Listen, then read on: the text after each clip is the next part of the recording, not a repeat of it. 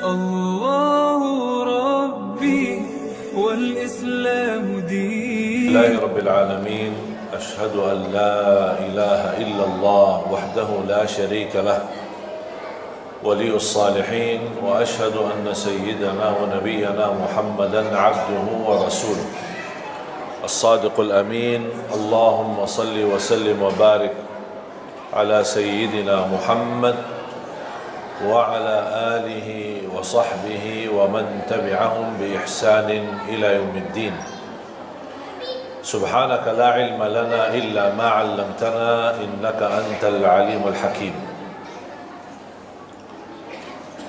Para alim ulama, para kiai, para asatiz, para pembina Masjid Al-Huda dan juga pengurus dan seluruh keluarga besar DKM Masjid Al-Huda, semoga semua diberkahi Allah Subhanahu wa taala. Mohon maaf tidak disebutkan satu persatu, bapak-bapak, ibu-ibu, adik-adik, semua yang hadir, mudah-mudahan semua dimuliakan dan diberkahi Allah Subhanahu wa taala. Alhamdulillah, salah satu nikmat yang agung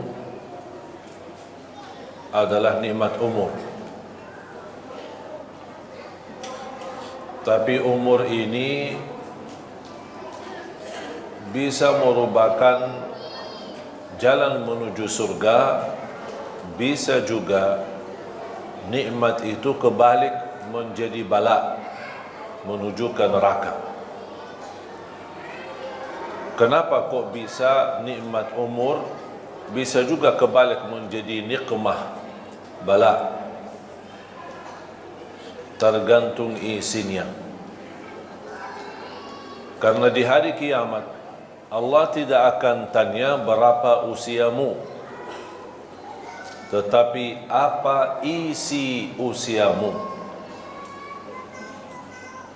Rasulullah sallallahu alaihi wasallam bersabda, "Ni'mal 'abdu salih man ta'ala 'umruhu wa hasuna 'amaluhu." Sebaik-baik hamba Allah yang salih, yang panjang usianya, baik pula amalannya. Berarti dia maksimal memanfaatkan nikmat umur karena dia tahu ini anugerah dari Allah, dia tidak mau salah guna. Satu hari lewat tidak bisa dikembalikan.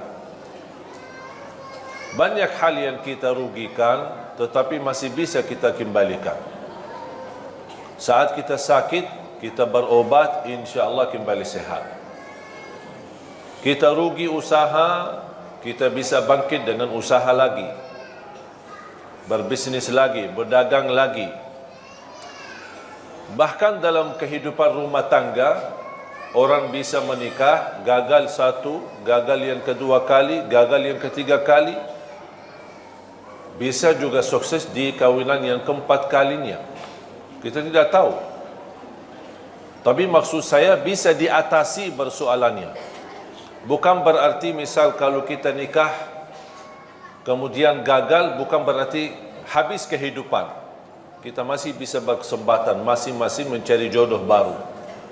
Barangkali ada yang istri berharap suami bertanggung jawab, mungkin suami yang pertama tidak bertanggung jawab, jodohnya sampai di sini, mereka pisah, bukan berarti kehidupannya sudah habis.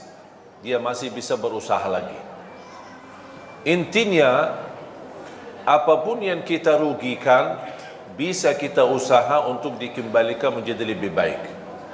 Kecuali satu, tidak bisa dikembalikan. Umur dan usia kalau sudah berlalu tidak bisa dikembalikan. 1 jam berlalu tidak bisa dikembalikan. Dan Islam mengajarkan kita tidak boleh memfikirkan masa lalunya, apalagi hal-hal yang buruk, membuat kita lama-kelamaan putus asa. Kalau hal yang lama yang kita lakukan, contoh dosa maksiat, kalau kita ingat terus dosa maksiat tersebut, syaitan mengambil kesempatan untuk membuat kita putus asa dari rahmat Allah. Kita sudah niat taubat, tapi syaitan membuat kita ingat. Apaan kok mau taubat enak-enak, sudah berlaku macam-macam. Gitu datang syaitan. Membuat kita, ya betul, saya malu sama Allah. Taubat, dosa lagi. Taubat, dosa lagi. Taubat, dosa lagi. Sambil datang syaitan, ngapain kok taubat-taubat tak jelas. Membuat kita putus asa. Padahal Allah sudah menjaminkan diampuni dosa selama kita selalu bertaubat. Allah tidak bosan mengampuni dosa selama kita tidak bosan bertaubat. Seberapapun dosa kita pasti diampuni. Syaratnya taubat. Dosa lagi, ya taubat lagi. Dosa lagi, taubat lagi. Kalau syaitan berhasil menggoda kita untuk berlaku dosa, jangan membuat rahmat Allah tidak berhasil membuat kita taubat. Karena rahmat Allah sangat luas. Sampai Allah berfirman di hadis yang qudsi, "Ya ibna Adam, law balaghat dhunubuka anana as-sama' thumma laqitani thumma astaghfartani laghafartu laka ala ma kana minka wala ubali." Anak Adam, kalau dosa-dosamu, ini satu orang, dosa-dosamu sampai ke lapisan langit, saking banyaknya, sampai ke lapisan langit, tetapi kamu selalu beristighfar, aku akan ampuni semuanya dan aku tidak peduli berapa banyaknya, kata Allah. Allah tidak peduli berapa banyak dosa. Yang Allah pedulikan taubat kita, istighfar kita, memohon. Kalau Rasul saja, Nabi Muhammad sallallahu alaihi wasallam berhari istighfar sampai 100 kali, memohon ampun kepada Allah. Apalagi kita.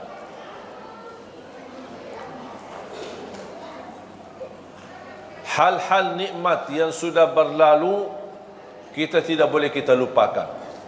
Pasti kita ingat. Bahkan kalau kita hitungkan dalam usia kita, mana yang lebih banyak kita hadapi? Nikmat atau bala? Pasti lebih banyak nikmat. Tapi kenapa yang difokuskan hanya bala? Sampai kita merasa aku tidak dapat apa-apa. Justru kalau kita membandingkan keadaan kita dengan orang lain, kita bersyukur, alhamdulillah keadaan kita masih lebih baik. Biarpun kita menghadapi berbagai macam ujian. Apalagi bala dan musibah kematian keluarga. Wajar kalau kita manusia sedih atas wafatnya orang tua, atas wafatnya kakek nenek kita, atas wafatnya suami kita, atas wafatnya istri kita, anak kita. Wajar kita sedih. Ya, manusia punya perasaan. Tapi yang tidak wajar berlebihan sampai terbawa kepikiran. Sudah 40 hari, sudah 100 hari, sudah berbulan-bulan, sudah bertahun-tahun orangnya sudah meninggal dunia, tapi orang ini masih sedih. Itu yang tidak diizinkan oleh agama. Karena kesedihan ini membuat terganggu hubungan kita sama Allah. Islam mengizinkan kita boleh sedih, tapi ada batas kesedihan. Selepas itu beraktivitas kembali. Kita semua bakal mati. Semua kita akan mati. Yang berguna bukan kesedihan kita terhadap orang yang kita sayangi yang sudah wafat, tetapi doa kita yang berguna. Doakan. Doakan. Saya pernah diundang acara takziah, tahlilan. Kemudian ada sambutan sebelum masuk ke acara inti. Ada sambutan A, sambutan B. Ini termasuk acara yang paling cepat. Sambutannya cuma sebentar dan satu orang. Baik, yang lain acara sambutannya panjang lebar. Sampai mungkin satu kampung sambutan, baru saya ceramah.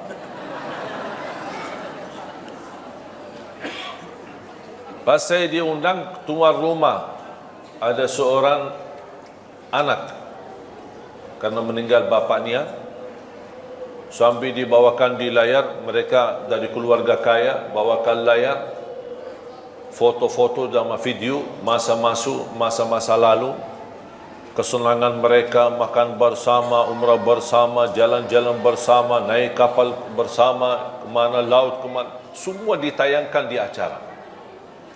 Sambil anaknya yang perempuan ini sambil cerita bagaimana ayahnya, bagaimana kasih sayangnya, sambil nangis. Saya fikir baru kemarin meninggal. Ternyata sudah 1 tahun.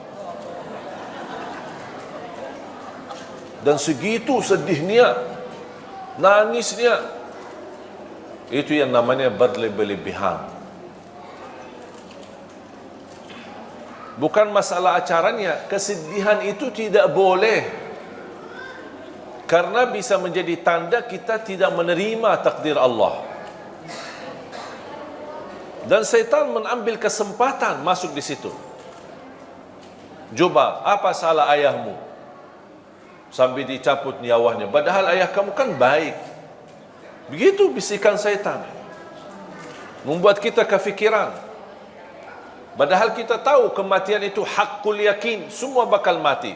Kalau ada yang boleh kekal, itu Nabi Muhammad sallallahu alaihi wasallam. Karena di saat sakaratul maut Allah tawarkan melalui malaikatul maut, mau kekal di dunia atau mau ambil wafat. Pilih yang mana? Rasulullah SAW, karena sudah selesai tugasnya, sudah selesai dakwahnya, sudah sempurnakan agamanya, dia tidak mau milih hidup. Malah dia justru berkata, Ar-Rafiq al-A'la, Ar-Rafiq al-A'la, saya ingin bertemu Allah. Sudah buat apa lagi saya hidup di dunia ini? Makanya Rasulullah SAW bersabda, Man ahabba liqa' Allah, ahabba Allahu liqa'ah. Barang siapa yang mencintai bertemu Allah, Allah juga cinta dan sayang bertemu dengan kita. Tapi ada orang, na'udzubillah, pas menghadapi sakaratul maut, dia tidak mau bertemu Allah karena perilakunya. Makanya kita harus berbaik sangka, harus bersenang. Kapan tiba saatnya kita tunjukkan perasaan kebahagiaan, kesenangan. Itu kematian bukan berarti kita akan menghadapi keburukan. Justru yang membuat kita senang menghadapi kematian, karena selepas kematian kita akan bertemu sama Allah. Bahagia enggak? Ya seharusnya bahagia.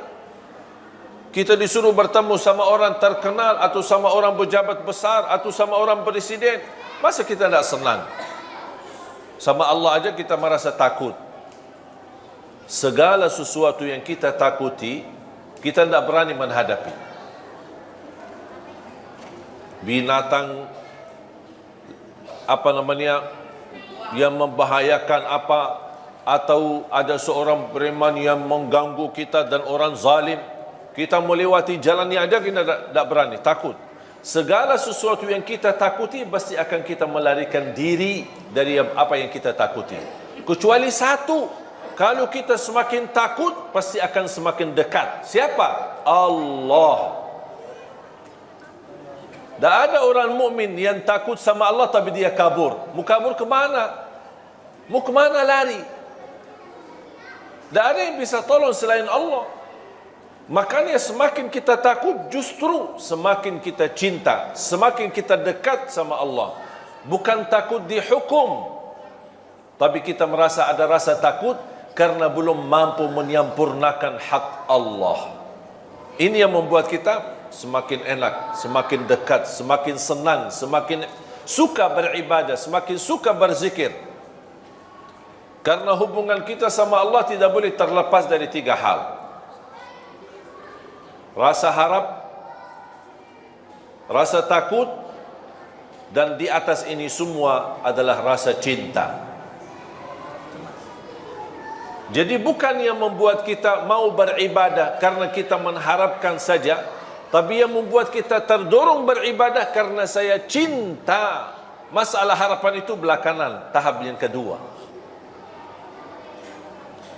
Yang membuat saya takut, menjauh dari dosa dan maksiat, menjauh dari durhaka sama orang tua, menjauh dari hasud, menjauh dari dengki, menjauh dari sifat sombong dan dosa-dosa yang lain. Apa yang membuat? Bukan karena dilarang dan saya takut melanggar larangan Allah. Yang membuat saya takut tidak berbuat dosa maksiat karena saya cinta sama Allah. Akhirnya kalau kita semakin cinta sama Allah, nikmat harapan dan ketakutan akan semakin sempurna. Karena Allah tidak mau juga kita takut sampai putus asa. Takut dihukum, takut karena dosa maksiatnya terlalu banyak, menzalimi orang macam-macam. Jadi rasa takut semestinya membuat kita semakin dekat sama Allah. Sampai Rasulullah SAW bersabda, Inni la atqakum lillah wa akhsyakum lah. Aku yang paling bertakwa kepada Allah, kata Rasul, dan aku yang paling takut kepada Allah. Bapak Ibu jamaah sekalian dimuliakan Allah SWT, kembali lagi, yang mendorong kita saat beribadah tidak boleh terlepas dari 3 poin atau 3 hal. Harap. Apa yang kita harapkan dari Allah? Ridha. Kita harap Allah ridha. Kalau Allah ridha sama kita, beres, sudah selesai, tidak ada masalah. Kalau Allah ridha, berarti ibadah pasti diterima. Kalau Allah ridha, kekurangan pasti dimaafkan. Kalau Allah ridha, dosa pun Allah akan tutupi, karena Allah sudah ridha.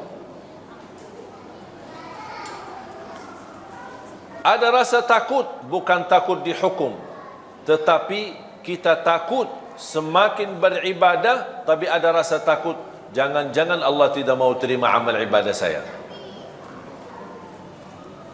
Oh, barangkali ibadah saya belum baik, barangkali belum ikhlas, barangkali belum sempurna, ada kekurangan khusyuk. Saya kadang-kadang suka berzikir, tapi lebih banyak suka malas. Ini muncul rasa takut. Takut kekurangan ibadahnya, tidak sesuai dengan perintah, tidak sesuai dengan ajaran agama, tidak sesuai untuk meniru Nabi Muhammad sallallahu alaihi wasallam.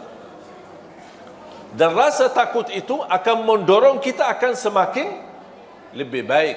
Kalau saya salat asar atau saya salat zuhur, kayaknya belum sempurna ya, masih ada kekurangan, insya-Allah saya salat sunnah ba'diyah.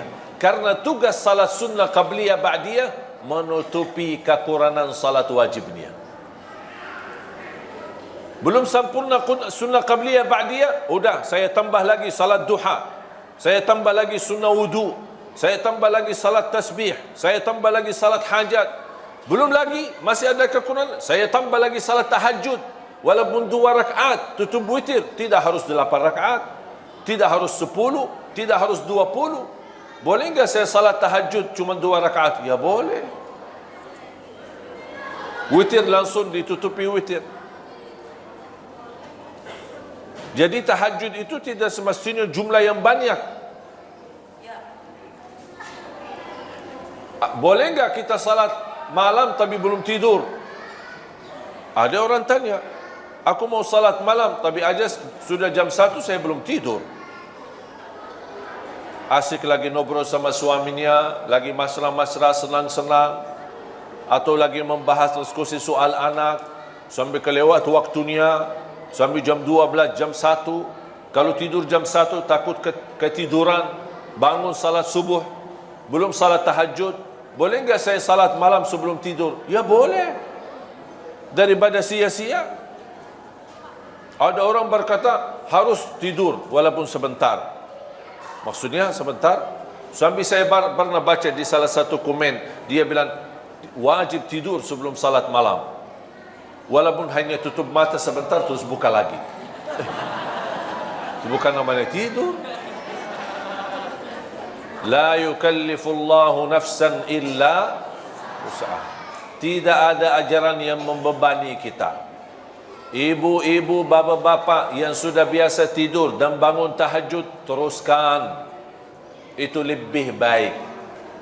Tapi yang belum terbiasa, malas-malasan, suka tidur dan ketiduran, syukur-syukur bangun subuh, daripada tidak salat witir dan salat malam, tertulis nama kita menjadi ahli tahajud, mendingan kita salat baru tidur. Ada orang bertanya, gimana kalau saya salat malam, tutup witir, kemudian saya tidur, tiba-tiba saya bangun, saya lihat jam, masih ada 40 minit belum azan subuh. Boleh enggak saya tahajud lagi? Boleh, tapi tidak boleh witir lagi. Karena Rasulullah SAW tidak mengizinkan 2 kali witir dalam satu malam. Tidak boleh 2 kali witir dalam satu malam. Faham bu? Alhamdulillah, Islam mudah. Kalau ada, selalu ada harap. Apa yang kita harapkan? Ridha Allah. Di bawah ridha Allah pasti surga. Masa ada orang-orang beribadah tapi tidak mengharap surga? Terus maunya apa? Mau neraka. Harap surga dan takut neraka. Tapi lebih daripada harap surga dan takut neraka, yang membuat kita mau mencintai Allah, mau beribadah kepada adalah rasa cinta. Itu yang paling tinggi. Contoh, ibaratnya seperti burung. Kira-kira burung tanpa kepala bisa terbang enggak? Burung dengan kepala tapi tidak ada sayap bisa terbang enggak? Itu orang mukmin. Kepala adalah cinta, 2 sayap harap dan takut. Harus 3-tiganya ada supaya hubungan kita sama Allah semakin baik. Bisa terbang. Tapi kalau kepala ada cinta sama Allah, ada orang cinta tapi ibadahnya tidak jalan. Tidak ada harap, tidak ada takut, tidak ada perasaan sama sekali. Tidak bisa jalan. Sampai ada orang berkata, aku tidak, kalau Allah takdirkan saya masuk neraka, ya tidak apa-apa, saya ikhlas kok. Masa begitu doanya? Ya Allah, saya kalau tidak diizinkan masuk surga, ya tidak apa-apa. Itu namanya orang beribadah tapi tidak ada harapan. Tidak mau harap ridha, tidak harap surga, tidak takut neraka, ya tidak apa-apa. Itu tidak bisa. Cinta ada, rasa harapan ada, dan juga takut ada. Takut amalan ibadahnya ditolak, takut tidak diterima, takut tidak sempurna, takut sia-sia. Iman ada yang amalannya sia-sia, ada. Sampai Allah ceritakan dalam Al-Quran, alladzina dhalla sa'yuhum fil hayatid dunya wa hum yahsabuna annahum yuhsinuna sun'a.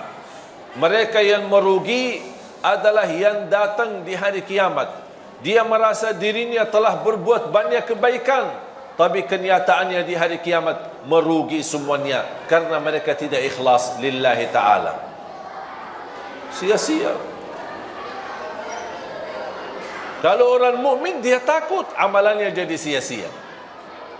Dia takut amalannya menjadi riya. Berarti ada sifat takut. Jadi kembali lagi ingat, seperti burung, kepalanya adalah cinta, rasa cinta. Dua sayap harapan dan takut sama Allah Subhanahu wa taala. Sama seperti ada orang bekerja, apa yang diharapkan? Upah. Masa dia mau bekerja, ya terserah bos, kalau mau kasih gaji boleh, tidak mau kasih tidak apa-apa. Ada yang mau enggak gitu? Tidak ada yang mau. Kalau dipotong aja pasti dia ngamuk. Pak, kenapa dipotong gaji saya? Oh, karena sudah 3 kali telat, karena denda, karena hukuman. Allah juga Maha Adil.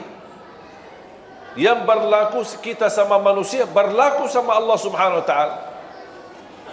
Dan Allah Subhanahu wa taala walaupun Maha Adil, Allah lebih banyak menjalankan kasih sayangnya kepada kita daripada keadilannya. Contoh, A'udzu billahi minasyaitonir rajim. Bismillahirrahmanirrahim. ولو يؤاخذ الله الناس بما كسبوا ما ترك على ظهرها من دابة ولكن يؤخرهم إلى أجل مسمى فإذا جاء أجلهم فإن الله كان بعباده بصيرا. Surah Fatir, surah 35 ayat 45. Sekiranya Allah menghukumkan manusia atas setiap salah, niscaya tidak ada makhluk yang mampu hidup di muka bumi. Itu namanya adil. Karena sistem adil, yang salah wajib apa? Yang salah wajib dihukum. Kalau orang salah kemudian kena hukuman, itu namanya adil? Tidak. Yang tidak adil, kalau ada salah tapi tidak ada hukuman, itu namanya tidak adil. Menurut ayat ini, surah 35 ayat 45, sekiranya Allah berkenan menjalankan keadilannya terhadap perilaku manusia, setiap salah, setiap dosa kena hukuman Allah. Contoh, dosa mata, dicabut nikmat mata, hukuman. Dosa tangan, dicabut nikmat tangan. Ketiduran salat subuh, bertambah bau badan kita. Ada dosa lagi, dosa riba, dosa apa saja, ada kena hukuman. Menurut ayat ini, kalau Allah berkenan menghukum manusia setiap dosa dan maksiatnya, niscaya tidak ada makhluk, jangankan manusia, tidak ada makhluk termasuk binatang, tidak ada makhluk yang mampu hidup di muka bumi. Kenapa? Karena habis dihukum Allah. Sudah habis. Tetapi Allah Subhanahu wa taala menunda sampai di hari pembalasan, tidak dihukum. Bayangkan aja, kalau setiap dosa bau badan kita, dosa lagi tambah keras bau badan kita, dosa lagi bertambah keras bau badan kita, kira-kira berani enggak keluar rumah? Langsung ditandain orang, bau ya, dosanya banyak. Langsung ditandain orang. Malu kita sama orang. Makanya tanda sesuatu salah atau dosa apa? Ada dua tanda. Kadang-kadang ada orang melakukan sesuatu tapi dia berkata tidak apa-apa. Mau enggak tahu ini salah atau tidak? Lihat dua hal. Pertama, ada enggak sesuatu di hati tidak enak? Kalau muncul perasaan di hati tidak enak, berarti itu tidak benar. Tinggalkan saja. Jangan kesana kemari cari fatwa. Majlis ulama, kiai, ustaz. Kalau sudah muncul perasaan di hati tidak enak, jauhkan. Kalau bukan haram, berarti syubhat. Syubhat. Hati-hati dari syubhat. Islam menajarkan hal-hal yang tidak jelas pun kita jauhi, apalagi kalau sudah jelas haram. Tanda yang kedua, kalau kita melakukan hal tersebut, kita malu dilihat orang. Faham bu? Saya ulang lagi. Tanda yang pertama, apa yang kita lakukan atau ada yang mau melakukan sesuatu, kalau muncul perasaan di hati tidak enak, berarti jangan dilakukan. Walaupun ada kiai, ustaz bilang boleh. Tanya diri, jangan tanya ustaz. Tanya hati. Kalau hatinya tidak enak, itu fitrah. Tidak mungkin Allah memberikan hati tidak enak kalau sesuatu yang boleh. Kalau sesuatu boleh dalam pandangan agama, pasti hati enak. Kalau sesuatu yang tidak boleh, walaupun kita belum faham karena masih bodoh agama, tapi muncul perasaan tidak enak, berarti sudah cukup menjadi tanda Anda jauhi. Cukup.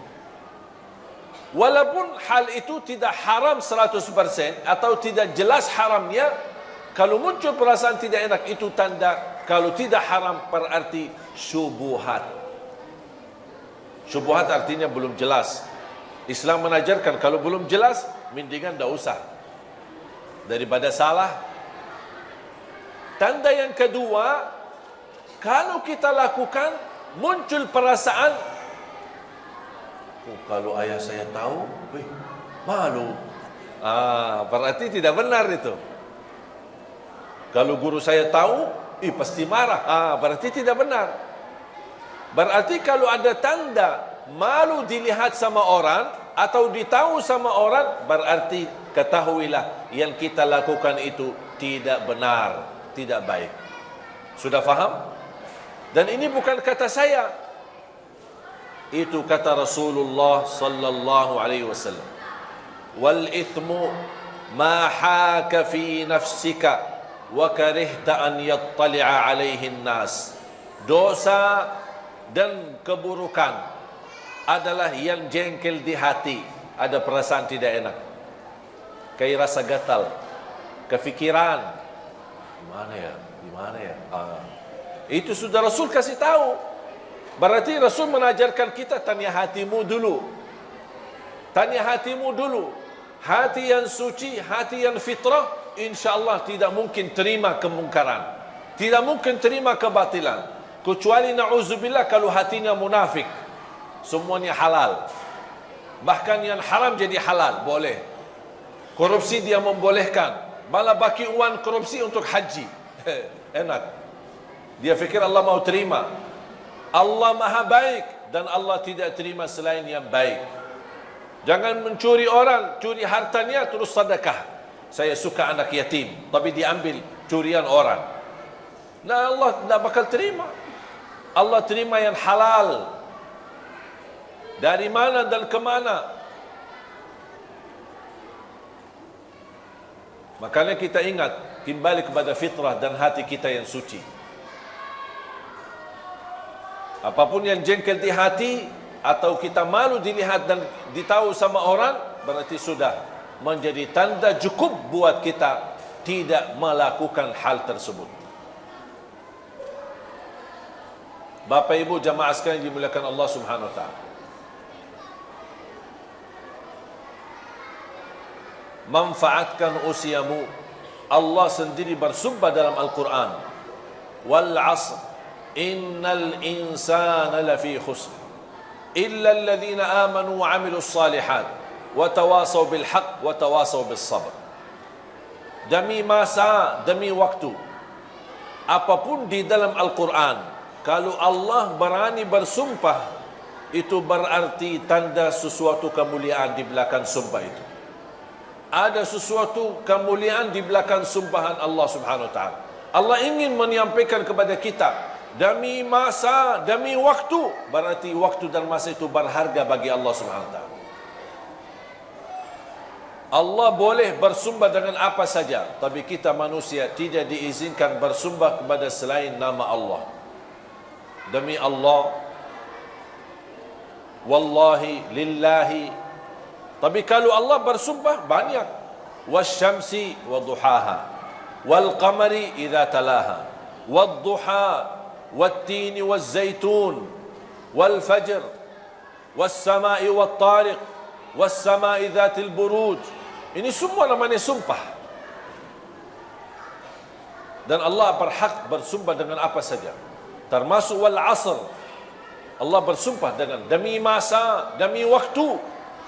Gara-gara waktu dan masa, banyak manusia bakal merugi, kata Allah. Kenapa merugi? Karena dia tidak memanfaatkan waktu itu. Termasuk waktu adalah umur. Makanya sebaik-baik hamba, yang panjang usianya baik pula amalannya. Sebaliknya seburuk-buruk hamba, yang panjang usianya tapi buruk amalannya.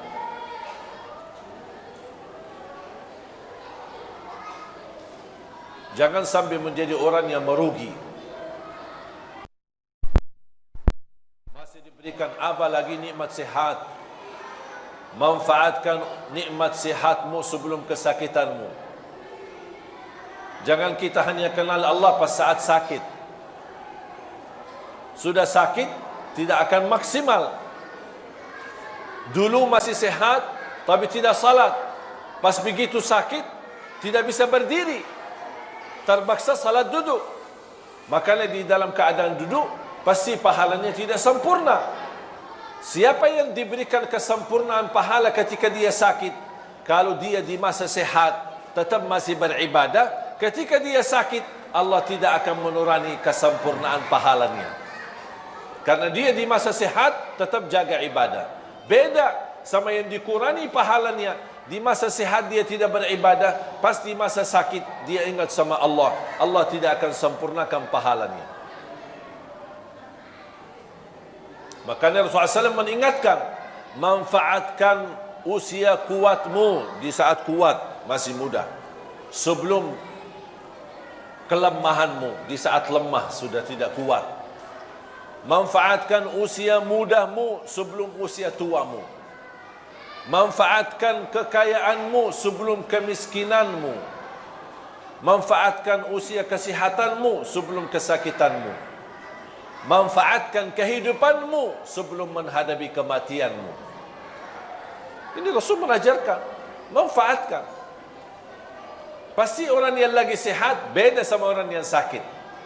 Yang sihat kan masih bisa beraktivitas, ikut bantu panitia, ikut masjid, bisa bola balik ke masjid. Kalau yang sakit, tidak setiap waktu bisa ke masjid. Makanya Rasul mengajarkan, manfaatkan nikmat sihatmu. Di usia muda tidak mungkin sama dengan usia tua. Aktivitasnya pasti berkurang, apalagi sudah pensiun. Apa sih, mau kemana sih? Dah ada, diam di rumah sambil ribut-ribut di rumah, sambil semua keluarga besar merasa terganggu. Pak, dah ada kerjaan ya? Oh, lagi dah ada kerjaan, sudah pensiun. Matiin TV, hidupin TV, matiin AC, hidupin AC. Mau kemana? Dari mana? Sudah dah ada kerjaan lagi. Dah ada kerjaan. Beda sama orang yang ada kesibukan dalam kebaikan. Saat kita ada harta, jangan lupa kita sisahkan rezeki buat nafkah, infak, sedekah, kebaikan. Kenapa? Karena bisa nanti satu saat kita miskin, tidak berkesempatan. Makanya Islam mengajarkan, di saat masih ada, manfaatkan di ketika ada untuk di jalan Allah Subhanahu wa taala. Supaya Allah ganti. Kalau tidak dapat diganti di dunia, dijamin akan diganti berlipat ganda di akhirat, sampai 700 kali lipat. Dan selalu saya berkata, isilah tabungan rekening akhirat sebelum tabungan rekening dunia. Kalau tabungan rekening dunia yang kita fokuskan untuk isi, besok kita meninggal, kita yang isi, kita yang capek kumpulkan, tapi dimanfaatkan orang lain. Ahli waris, syukur-syukur kalau ahli waris salih-salihah, kalau tidak ribut-ribut. Tapi kalau kita isi tabungan akhirat, siapa yang bermanfaat bukan buat ahli waris, tapi manfaatnya buat diri kita. Makanya kata ulama, rizki yang sesungguhnya bukan yang kita simpan, bukan yang kita wariskan kepada ahli waris, tapi rizki yang adalah yang milik kita, yang kita akan bakal ketemu adalah yang kita buatkan di jalan Allah. Yang kita keluarkan di jalan Allah berarti ini buat diri kita, bukan buat siapa-siapa. Sedekah subuh disertai doa. Walaupun ibu-ibu lagi halangan tidak salat, boleh enggak kita tetap jalani sedekah di waktu subuh? Tetap masih boleh. Isi sedekah disertai doa. Contoh, ya Allah, aku mohon dengan berkah sedekah ini, sembuhkan kedua orang tua. Kalau orang tua lagi sakit, orang tua sudah tidak ada, ya Allah, aku mohon dengan berkah sedekah ini, titipkan pahalanya untuk kedua orang tua. Yang sudah lama menikah, belum punya keturunan, ya Allah, aku mohon dengan berkah sedekah ini, mudahkan keturunan dan dahsyat dan kekuatan sedekah subuh. Yang sudah punya keturunan, ya Allah, aku mohon dengan berkah sedekah ini, berilah kepada keturunan kami menjadi penghafal Al-Quran. Lagi melamar kerjaan di mana-mana, kita isi sedekah subuh. Ya Allah, aku mohon berikan kemudahan lamaran kerja bisa diterima. Ya Allah, dengan berkah sedekah ini, mudahkan rizki yang bisa membawa saya ke tanah suci haji dan umrah. Itu namanya sedekah disertai doa. Tapi tolong Bapak Ibu disesuaikan sedekahnya. Jangan sedekahnya koin tapi doanya sampai terbit matahari. Malu sama Allah. Kata malaikat, sedekahnya koin-koin, teng. Tapi kok doanya dah habis-habis. Kalau saya usulkan, 1 kali sedekah, fokus 1 hajat. Begitu tuntas hajatnya, nanti lanjut lagi sedekah untuk hajat yang lain. Wallahi bapa ibu, sedekah subuh dahsyat manfaatnya. Mulai hari ini, ibu, bapa, adik-adik, teman-teman semua sekalian, mulai hari ini masing-masing punya kotak amal sendiri. Suami 1, isteri 1, anak-anak 1 masing-masing. Termasuk anak-anak kita, supaya diajarkan dari kecil. Anak bayi kita, ibu yang masukin sedekahnya atas nama si bayi itu. Supaya mereka tertanam dari kecil cinta sedekah, cinta memberi. Karena ini sifat-sifat para nabi, para awliya, para salihin, memberi. Rasul pun tidak punya apa-apa, tapi suka memberi.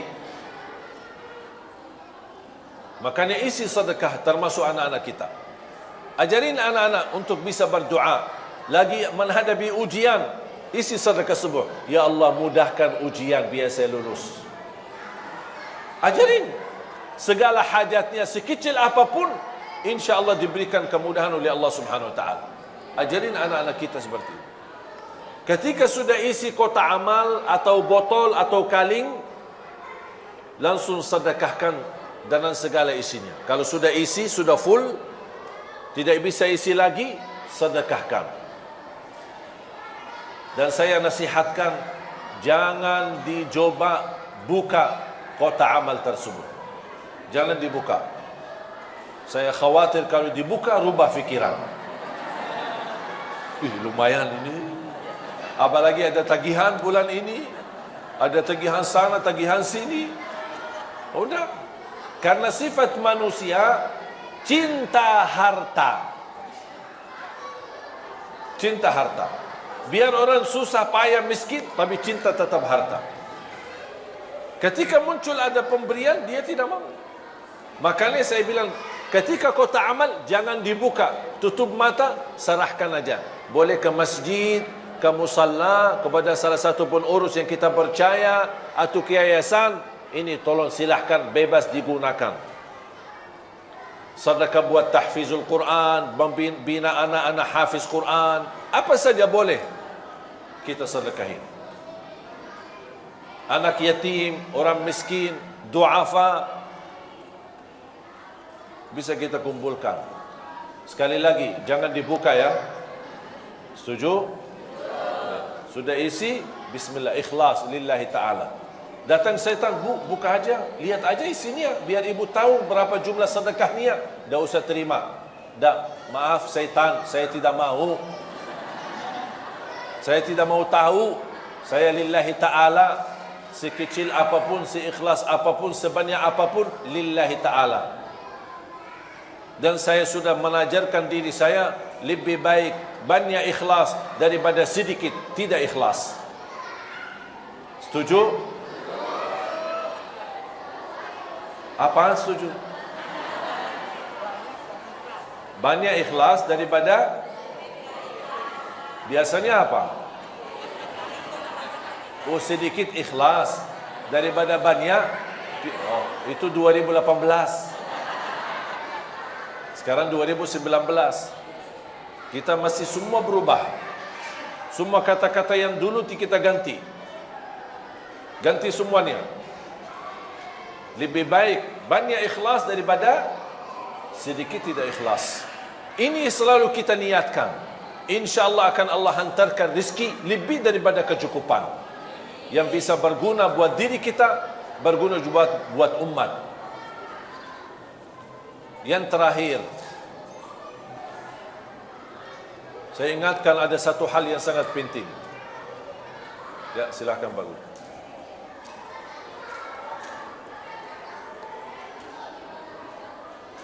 Hati-hati daripada dosa jariah.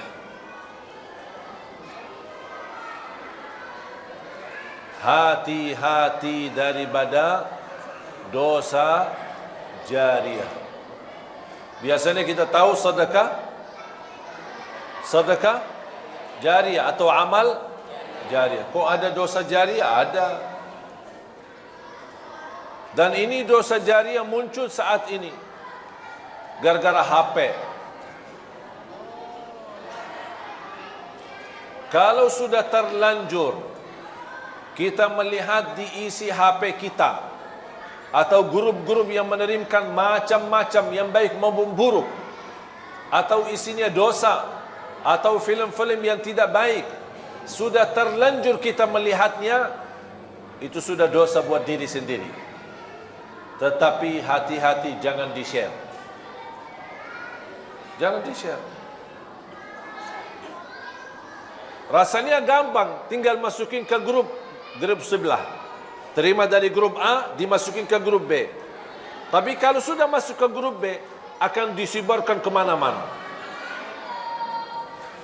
Itulah yang akan kita bawa dosanya sampai hari kiamat. Kita mati, tapi buku amal belum tertutup, karena ada isi dosa-dosa terus.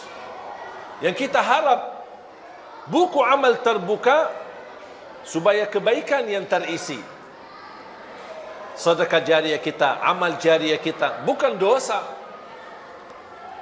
Hati-hati jemaah sekalian.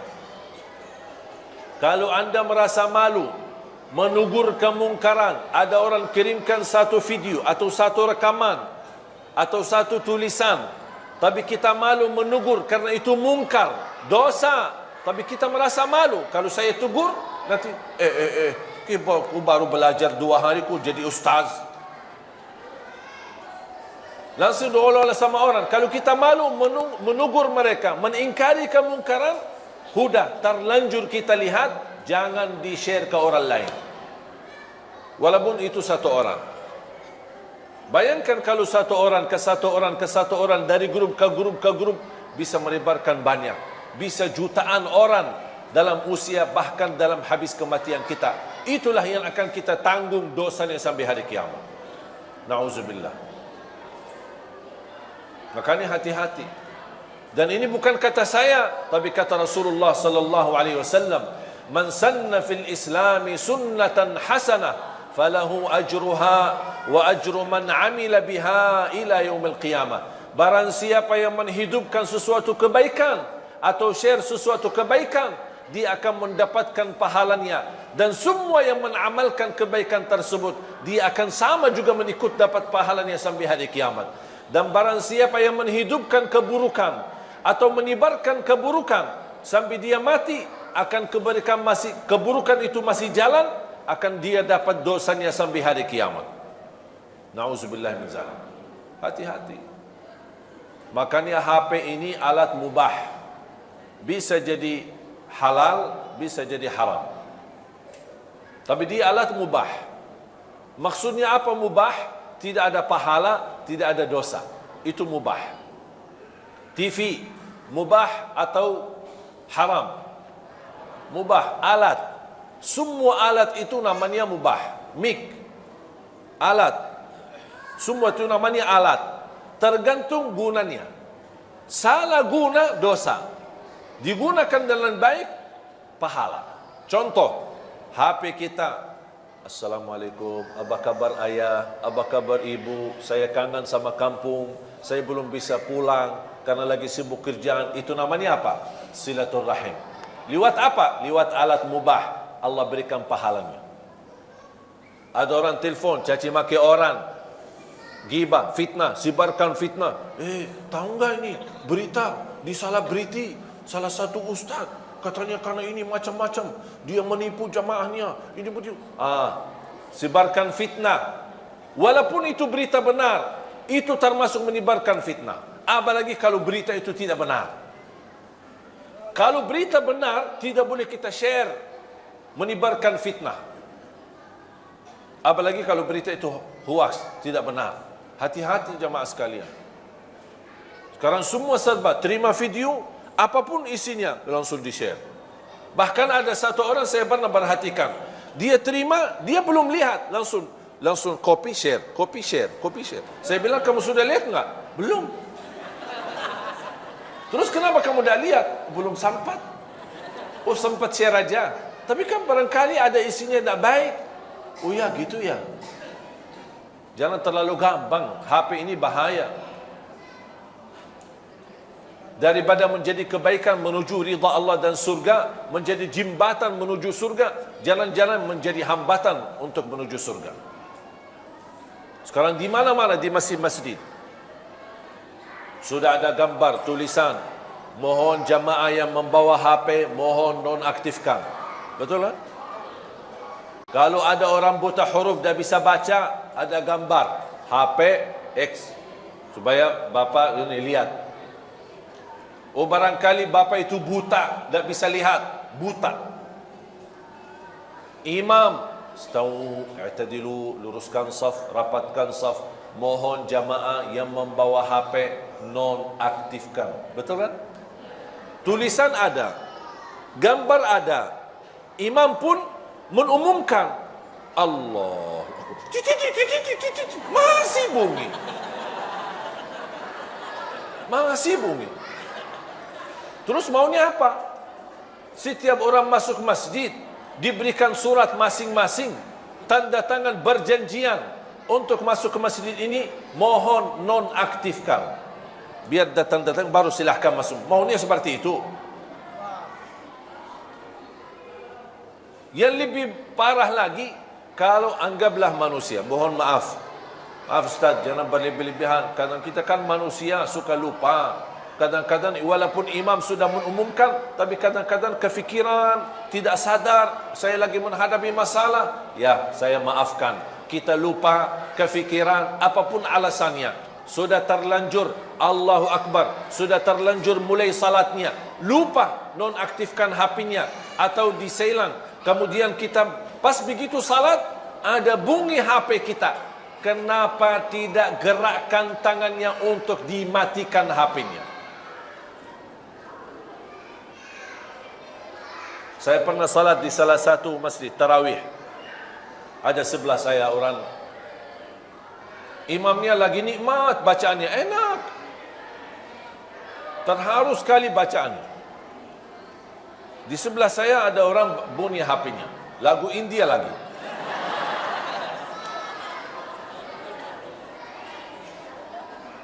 Alhamdulillah tidak bunyi lama, sebentar yang ini terus mati. Alhamdulillah. Walaupun hilang kekhusyuan sebentar, tapi bisa kembali lagi fokus untuk menikmati bacaan imam. Bunyi lagi HP-nya, tapi lama sekali. Dan orang yang di sebelah saya diam gini. Kayaknya khusyuk. Itu bukan khusyuk, pura-pura khusyuk. Mati. Pas yang ketiga kali, karena imam itu di salah satu masjid bacaannya panjang, lebih dari satu halaman, satu rakaat. Masih bunyi lagi yang ketiga. Pas yang ketiga saya tidak sabar. Saya langsung begini. Ya, ingatkan, barangkali dia tidak sadar, saking khusyuknya dia tidak dengar HP-nya. Itu namanya saking khusyuk. Makanya saya berbaik sangka, oh barangkali khusyuknya luar biasa, sampai HP-nya sendiri dia tidak bisa dengar. Makanya saya ingatkan. Dia tidak ada respon. Kita ruku', sujud, rakaat yang kedua, bunyi lagi HP-nya. Yang aku heran, kok bunyi pas bacaan imam lagi enak. Saya tegur lagi, tidak ada. Akhirnya saya terpaksa, Pak, matiin HP-nya. Saya batal salat. Terus mau gimana? Tadi diganggu kekhusyuan, kita lagi berupaya. Salat kita kan lagi mujahadah. Khusyuk, hilang khusyuk. Khusyuk, hilang khusyuk. Khusyuk, hilang khusyuk. Akhirnya saya terpaksa, Pak, matiin HP-nya. Dia kaget. Oh, ini rakaat yang kedua. Pas begitu selesai salat, dia bilang, mohon maaf, saya memang dari tadi dengar, tapi saya dapat satu pelajaran, katanya gerakkan tangannya 3 kali, batal salatnya. Saya bilang, dosa mana yang lebih besar? Gerakkan tangannya 3 kali, matikan HP, atau mengganggu ratusan orang di masjid? Mana yang lebih besar dosanya? Kadang-kadang hukum fikih, jangan salah kita fikirkan. Tergantung kondisi dan keadaan. Kalau seperti ini, gerakkan tangannya, matikan HP-nya, lanjut salatnya. Daripada mengganggu ratusan orang yang lagi nikmati salat khusyuk. Karena orang salah memahami persoalan fikih, tapi akhirnya dia membawa dosa yang lebih besar gara-gara masalah fikih yang kecil. Oleh kerana itu jamaah sekalian, nikmati usiamu. Kalau kita terlanjur dosa, ingat, alhamdulillah masih dibukakan kesempatan bertaubat. Dosa lagi, taubat. Dosa lagi, taubat. Dan selalu kita memohon ampun kepada Allah Subhanahu wa taala. Semoga semua diampuni dosanya, disucikan hatinya, dibersihkan jiwanya, diberikan kemudahan dalam segala urusannya. Ya Allah, atas izinmu kami sama-sama berkumpul di masjid ini. Berilah kepada kami kemuliaan, sama-sama bertemu kembali di dalam surgamu ya Allah, bersama Nabi Muhammad sallallahu alaihi wasallam. Ya Allah, berikan kepada kami kemudahan bisa ke tanah suci, haji dan umrah dan ziarah Nabi Muhammad sallallahu alaihi wasallam. Birahmatika ya arhamar rahimin. اغفر لنا وللمسلمين والمسلمات والمؤمنين والمؤمنات الأحياء منهم والأموات. Ya Allah, rapatkan saf kami, satukan hati kami, rapatkan saf para ulama-ulama kami, para kiai kami, para habaib kami, agar mereka mampu bersatu membina umat ini agar menuju ridhamu ya Allah, untuk menjadikan Indonesia baldatun tayyibatun wa rabbun ghafur birahmatika ya arhamar rahimin.